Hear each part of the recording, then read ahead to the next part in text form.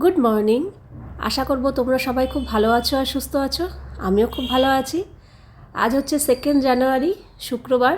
বাজে এখন সকাল 6টা। এই 10 মিনিট হলো ঘুম থেকে উঠেছি। উঠে জামাকাপড় পরে চলে এসেছি বারান্দায়।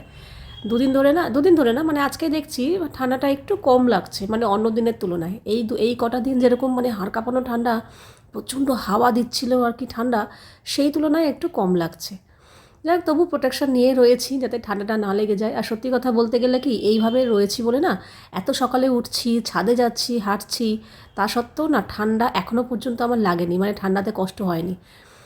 তো যাই হোক, এখন বারান্দায় বসবো 15-20 মিনিট, তারপরে ছাদে আধা ঘন্টা অ্যালার্ম দিয়ে হাঁটবো। আর তাতানো কিন্তু আমার সাথে যাচ্ছে 2 দিন ধরে ছাদে, মানে গতকালকেও গেছে, আজকেও গেছে।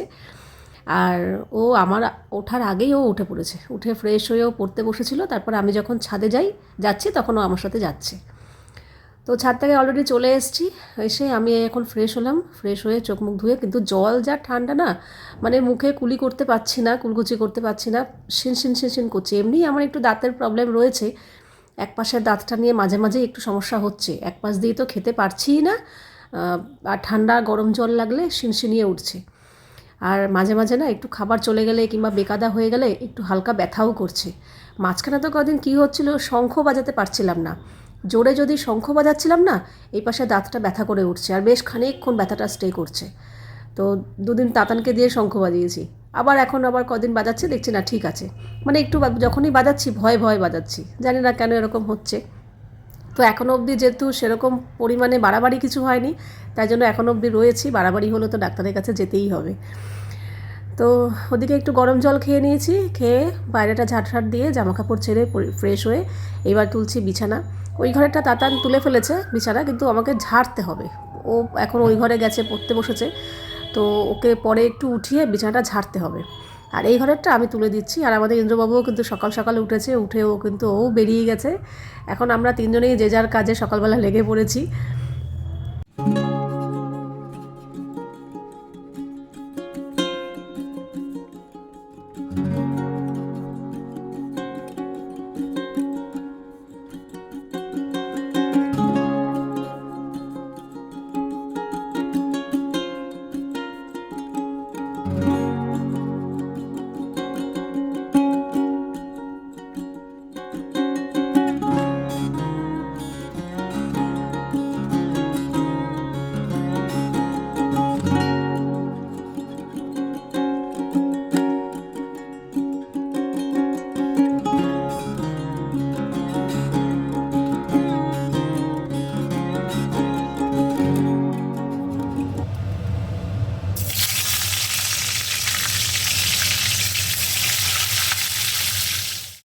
বিছানা টিছানা তুলে আমার কিন্তু চা খাওয়া হয়ে গেছে। চা খেতে খেতে খানিকটা এডিট করলাম। তারপরে এদিকে পূজার ততক্ষণে বাসন মাজা হয়ে গেছে, ঘর মুছে টুছেও বেরিয়ে গেছে।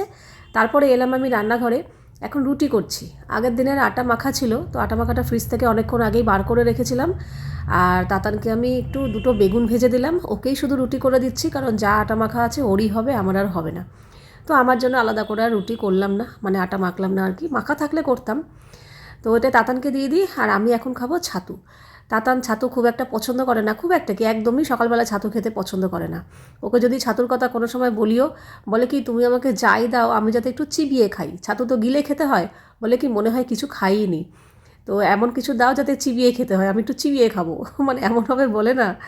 তো যাই হোক, ওকে যদি সকালে ভাতও দিয়ে দিই তা তো কোনো সমস্যা নেই। তো ওকে দিয়ে দিলাম এই যে রুটি, বেগুন ভাজা, আর একটা লঙ্কা দিয়েছিলাম ঠিকই, কিন্তু লঙ্কাটা খাইনি, বলো না আমি খাবো না, দিয়ে দাও। তো ওকে খেতে দিয়ে আমার এদিকে জামাকাপড় কাচা হয়ে গেছে, তো চলে যাব ছাদে। এই ঘরে থাকি তো সকালের দিকটা এত ঠান্ডা লাগে, আর বিশেষ করে কাজের কর্মে থাকলে ঠান্ডাটা লাগে না। এই যে চা খেতে খেতে বসে এডিটটা করি, তারপরে প্রচণ্ড ঠান্ডা লাগে, বসে থাকি তো। তারপর আবার যখন উঠে কাজকর্ম করি তখন আবার ঠিক আছে। তো ছাদে আসার পর না বেশ ভালো আরাম লাগে, রোদটা লাগে তো। মাফলারটা মাথায় দিয়ে আসি ঠিকই, কিন্তু 2-1টা জামাকাপড় মেলার পরেই না মাফলার খুলে ফেলি, মানে একটু গরম গরম লাগে, হেব্বি আরাম লাগে, মনে হয় কি ছাদেই এই এখন বসে থাকি। আচ্ছা, আমার চুল কাটা নিয়ে দেখলাম 2-1জন কমেন্ট করেছো যে বুড়ি বয়সে কচি সাজ। আচ্ছা, চুল কাটাটা কি বুড়ি কচি দেখে হয়? আমার তো এটা মাথায় ঢুকলো না। চুল অনেকে অনেক কারণে কাটে, আমি যেমন আমি মেনটেন করতে পারি না, তাই জন্য আমি চুলটা কেটে ছোটো করে ফেললাম। তাই বলে এই তো নয় যে আমি, আরও সবথেকে বড় কথা, আমি চুল ছেড়ে থাকতেই পারি না। যদি দেখতে হ্যাঁ আমি চুল ছেড়ে ফ্যাশন করছি, সারাক্ষণ চুল ছেড়ে রান্নাবান্না করছি, চুল ছেড়ে ঘুরতে যাচ্ছি, তবুও হয়তো বলতে পারতে যে বুড়ি বয়সে কচি সাজ। কিন্তু আমি তো সারাক্ষণ চুল বেঁধে রাখি। যখন বড় চুল ছিল তখনও আমি কখনো চুল ছেড়ে রেখে ফ্যাশন কিংবা ভিডিওর সামনে চুল ছেড়ে রাখা সেটাও কখনো করিনি। আর এখন তো প্রশ্নই নেই, এখনও যে ছোটো চুল করেছে না, এখনও দেখবে সারাক্ষণ আমি চুল বেঁধে রেখে দিচ্ছি। কাজে আর চুল ছাড়াটা যার যা নিজস্ব ব্যাপার। অনেকেই আছে আবার দেখবে চুল পাতলা হয়ে যায়, চুল উঠে যাচ্ছে, তার জন্য চুল কেটে ছোটো করে ফেলছে। তো এতে চুল কেটে কাটাটাতে বুড়ি কচি কী হলো, আমার মাথায় ঠিক ঢুকলো না, কেন বললে বুঝতে পারলাম না। তো আমি যদি বুড়ি বয়সে চুল কেটে ছোট করে কচি হয়ে থাকি, তাহলে যারা কচি মানে ছোট বাচ্চা, তারাও কিন্তু অনেক সময় অনেকে চুল বড় রাখে, কোমর পর্যন্ত চুল থাকে, তাদেরকে তাহলে কি বলবে যে কচি বয়সে বুড়ি সাজ? তো যাই হোক, এটা আমার মনে হয় না একদম ঠিক কথা হলো। চুল কাটা না কাটা যার যার নিজস্ব ব্যাপার, যার যার মানে ব্যক্তিগত ব্যাপার। সেটাতে কচি বুড়ি এটা কখনো প্রমাণিত হয় না। বুড়ি বয়সেও চুল কেটে ছোট করা যায়, আবার কচি বয়সেও চুল বড় করা যায়। আমি তো ভেবে রেখেছি একদম শেষ বয়স পর্যন্তই আমি চুল মানে ছোটো করব। আর যখন আরও একদম বুড়ি থুরথুরে হয়ে যাবে, সব চুল সাদা হয়ে যাবে, তখন তো বয়কাট করে ফেলবো, একদম কোনো ঘাড় অবধিও না, একদম বয়কাট চুল করে ফেলবো, যাতে আরও সুবিধা হয় আমার মেনটেন করতে।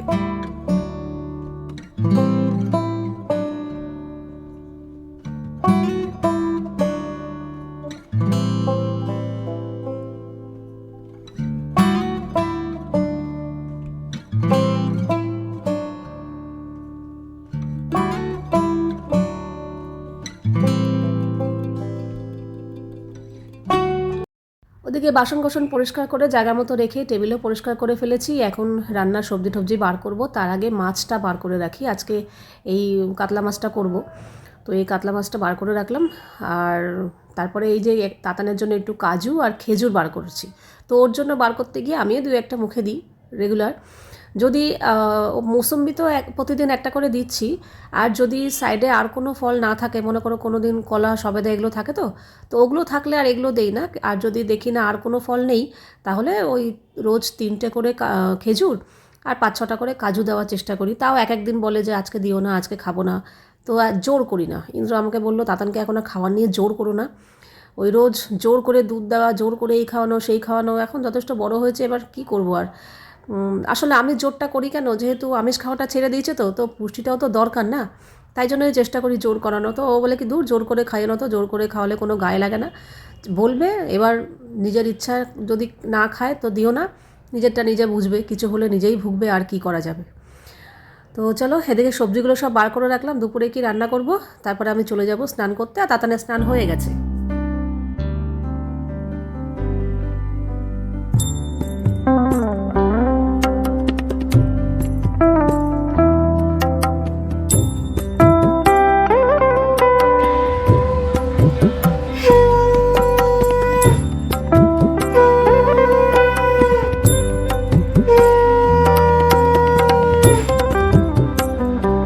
আজকে পুজোটা তাতানি দিয়ে দিয়েছে, আর আমি এদিকে স্নান টান করে হাতে মুখে ক্রিম মেখে পায়ে বোরোলিন মেখে একটা মোজা পরে তারপরে এসছি। তবে স্নান করে যে রান্নাঘরে ঢুকি না, বিশ্বাস করো স্নান করার পর আমার ঠান্ডাটা অনেকটা কেটে যায়। স্নান করার আগে পর্যন্ত যে উলের নাইটিগুলো পরে থাকি, সেগুলো খুলতে ইচ্ছাই করে না, কি কষ্ট হয় খোলার সময়। কিন্তু স্নান করার পর ঠান্ডাটা অনেকটাই কেটে যায়। তারপরে শুধু নাইটি পরেই রান্নাবান্না করি, এখানে কাজকর্মের মধ্যে থাকি, গ্যাসটা জ্বলে, আগুন জ্বলে, তো অতটাও ঠান্ডা লাগে না।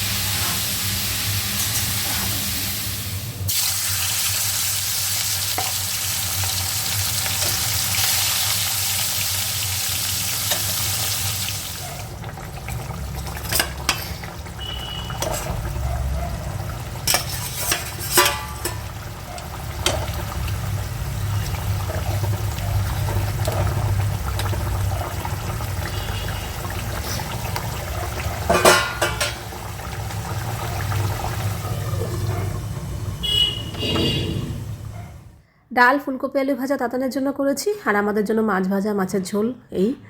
আর মাছের ঝোলটা ওখানে ফুটছে, হয়ে গেলে নামিয়ে দেবো। আর ততক্ষণে এখানে লঙ্কা এনেছিল বেশ কয়েকদিন আগেই, লঙ্কার বোটাগুলো ছাড়ানো হয়নি, কারণ আগের লঙ্কা ছিল, তো ভেবেছিলাম আগের লঙ্কাগুলো শেষ হোক তারপরে এই লঙ্কা খুলবো, নাহলে একসাথে আগের পুরনো মিশে গেলে দেখা গেলো নতুনটাই ব্যবহার করছি, পুরনোগুলো থেকেই গেল।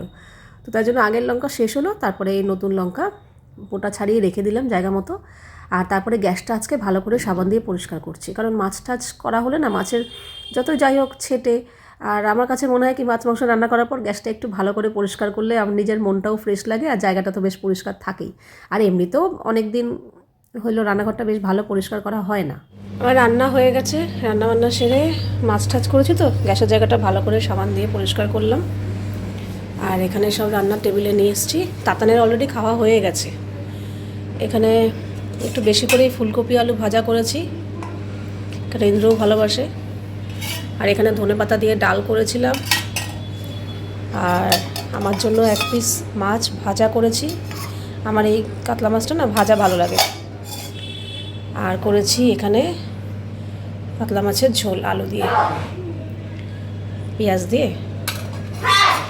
ব্যাস এই হচ্ছে আজকে রান্নাবান্না। এখন প্রায় 8:30টারও বেশি। সন্ধ্যে থেকে আমার একটা ব্র্যান্ড ভিডিও ছিল, সেটা শ্যুট করলাম, এডিট হয়নি, ওটা পরে করব। তারপর আবার আমাদের রাউটারটা একটু প্রবলেম করছে ওয়াইফাইয়ের, মানে মাঝে মাঝেই চলে যাচ্ছে, পুরো অফ হয়ে যাচ্ছে, কিছুক্ষণ পর আসছে, মানে ধৈর্য হারিয়ে ফেলছে, কিছু একটা দেখতে গিয়ে বিরক্ত লাগছে।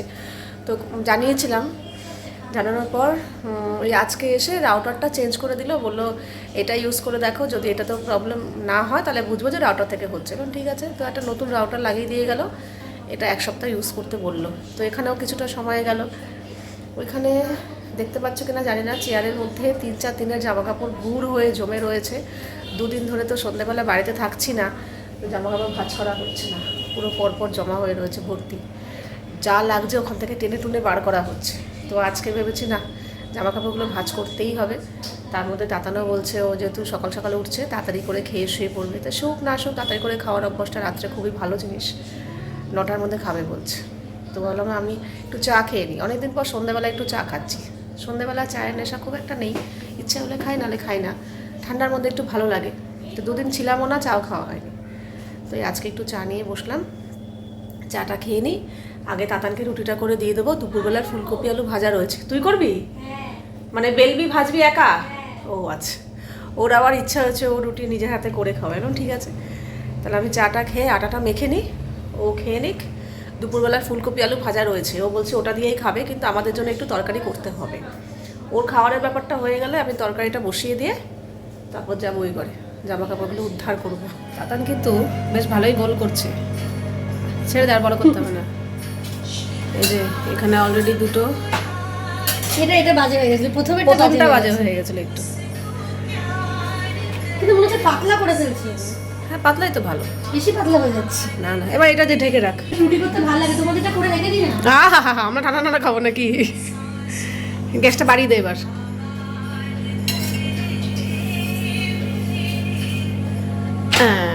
এটা আবার ওলটা, ওপরেরটা সমান কর, খুন্তি দিয়ে সমান কর। পুরো হাত দিয়ে হয়ে যায়। আবার ওলটা খুন্তি দিয়ে, পুরোটাকে? না না পুরোটাকে। তাই তো বলছি পুরোটাকে। হ্যাঁ, হ্যাঁ, না না পুরোটাকে করে দিয়েছি।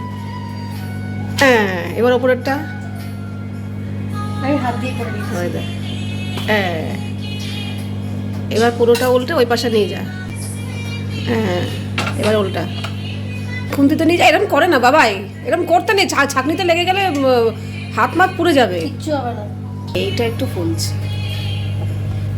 হ্যাঁ এরকম করতে বলছি, হ্যাঁ এইটা ফুলেছে। নে বসে পড়ো। তাতানের তো খাওয়া হয়ে গেছে, ও খেয়ে দিয়ে উঠে মানে বিছানায় ফ্রেশ হয়ে উঠে পড়েছে। আর ওদিকে ইন্দ্রও চলে এসছে, ও এখন চা খাচ্ছে। বাজে এখন রাত 10টাও বাজেনি, 10:15 মতো বাজে।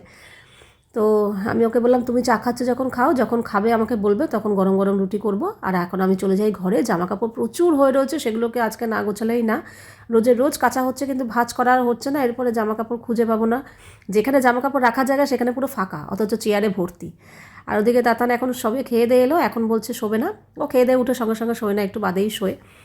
আচ্ছা এবার একটা কথা বলি, তোমাদের মধ্যে বেশ কয়েকজন আমাকে কমেন্ট করেছো যে মেয়ের সামনে মাধ্যমিক পরীক্ষা আর দুজনে মিলে প্রেম করতে বেরোচ্ছ। যদি প্রথম কথা হলো মেয়ের মাধ্যমিক পরীক্ষা নিয়ে কথা, তো সেটা হচ্ছে মেয়ের মাধ্যমিক পরীক্ষার জন্য কিন্তু আমরা এবছর কোথাও পুজোর সময় থেকেই আমরা কোথাও মানে দূরে কোথাও ঘুরতে যাওয়া বলো, কোনো প্রোগ্রাম কোনো কিচ্ছু কিন্তু করছি না। সমস্ত কিছু মানে প্রোগ্রাম করছি না, ক্যান্সেল করা তো দূরের কথা। নাহলে কিন্তু আমরা প্রত্যেক বছর এরকম শীত পড়লে এদিক ওদিক একদিনের জন্য হলেও একটু এদিক ওদিক ঘুরতে যাই, বাইরে খাওয়া দাওয়া করতে যাই। এগুলো কিন্তু তোমরা একদমই দেখছো না, টোটালি আমাদের এসব বন্ধ আছে। যদিও বা কোনো কাজের জন্য বেরোতে হচ্ছে, তাহলেও আমি একা বেরোচ্ছি কিংবা ইন্দ্রকে নিয়ে বেরোচ্ছি, তাতানকে নিয়েও বেরোচ্ছি না। আর এই দুদিন যে আমরা বেরিয়েছি, এই দুদিন আমরা সম্পূর্ণ কাজের জন্য বেরিয়েছি। দরকার ছিল এই শীতের পোশাকগুলো কেনার। ইন্দ্রর বাড়িতে পরার একটাও পায়জামা ছিল না ভালো, মানে শীতের জন্য আর কি। পাতলা পাতলা প্যান্টগুলো পরে থাকতো, ওর প্রচণ্ড ঠান্ডা লাগতো, এগুলো কিনতেই হতো। আর ওখানে গিয়ে আমাদের জন্যও পছন্দ হয়ে গেছে, তার জন্য আমাদের জন্যও নেওয়া হয়েছে। আর তাতানের যে সোয়েটারটা আনা হয়েছিল সেটা তো ছোট হয়ে গেল সাইজে, এই জন্য আবার পরের দিন যেতে হয়েছে ওটা মানে এক্সচেঞ্জ করার জন্য। প্লাস ইন্দ্রর তো কেনা হয়নি আগের দিন, তাই জন্যই। আমরা কিন্তু কোথাও ঘুরতে যাইনি, প্রেম করতেও যাইনি। আর আমরা প্রথম দিন গেছি একটু রাত হয়ে গেছিলো আস্তে আস্তে, পরের দিন তো আমরা 8:30 সাড়ে 8টার সময়ই ঘরে ঢুকে পড়েছিলাম। তো কাজ থাকলে, প্রয়োজন থাকলে তো বাইরে বেরোতেই হবে, তাই না? এটা হলো প্রথম কথা। আর দ্বিতীয় কথা হচ্ছে, শীতের পোশাক এখন কিনবো না তো কবে কিনবো? শীতের পোশাক শীত চলে গেলে তো আর পাবো না, তাই না? তো এখনই তো ইন্দ্রর কষ্ট হচ্ছিলো, তাই জন্য তো যেতে হতোই। আর তাতানের যখন পরীক্ষা শেষ হবে তখন অলরেডি শীত প্রায় শেষ। আর যত আরও দেরি করে যাব তত তো আরও পরীক্ষা কাছে চলে আসবে, তাই না? আর দ্বিতীয় কথা হচ্ছে প্রেম করা। ঠিক আছে, পরীক্ষা নিয়ে বলেছো, ঠিক আছে, তবু মানলাম। কিন্তু প্রেম করা, স্বামী স্ত্রীর মধ্যে প্রেম থাকবে, এটাই তো স্বাভাবিক, তাই না? একদম বুড়ি বয়সে মানে শেষ বয়স পর্যন্ত আমাদের প্রেম অটুট থাকবে, এটাই আমি কামনা করি। আর আমাদের ইন্দ্র এরকমই, বাইরে কোনো বন্ধুবান্ধব নেই, অন্য কারোর সাথে মেলামেশা করে না। ওর এক্সট্রা কাজবাজ করে এক্সট্রা যা টাইম ও কিন্তু পরিবারের সাথেই সময় কাটায়, আমার সাথেই সময় কাটাতে বেশি পছন্দ করে। তো এর থেকে আর ভাগ্য ভালো আর কি হতে পারে বলো তো? এর থেকে একটা স্ত্রী আর কি চাইতে পারে যে তার স্বামী তার সাথেই সারাক্ষণ সময় কাটাতে চায়? প্ল্যান ছিল রুটি খাওয়ার, হঠাৎ করে প্ল্যান বদলে গিয়ে পরোটা, আটা দিয়েই অবশ্য, পরোটা, ডিমের পোচ আর তরকারি। তরকারি গরম বলে অত বড় একটা থালায় ঢেলে নিয়েছে।